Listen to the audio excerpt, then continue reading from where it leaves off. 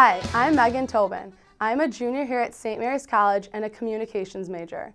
Ever since I was a kid, I'd always been involved in sports. I loved playing soccer or basketball in my backyard with my younger brother. In high school, I was a three-sport athlete. I played tennis, basketball, and soccer. I chose not to play a sport coming into college so I would be able to focus on my studies. I still wanted to be involved with sports, so I joined the first ever ambassador program for Notre Dame football. As an ambassador, we assist in the football recruiting process on game days, select practices, and special events. We are usually assigned to a specific recruit. Every week we have a meeting where we are given an itinerary for the weekend as well as one for our recruit. We are also given a bio of our recruit so we know a little bit about them. We give our recruit and their family a tour around Notre Dame's campus and a tour around the GOOG.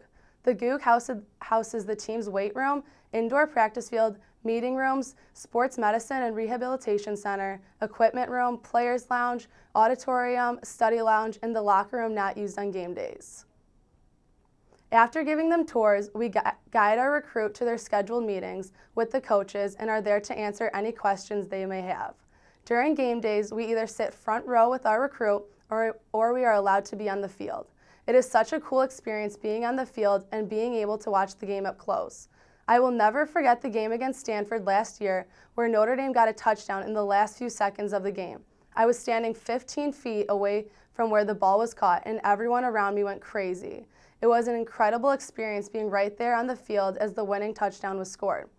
My favorite part about game days, aside from watching Notre Dame win, is the setup for recruiting.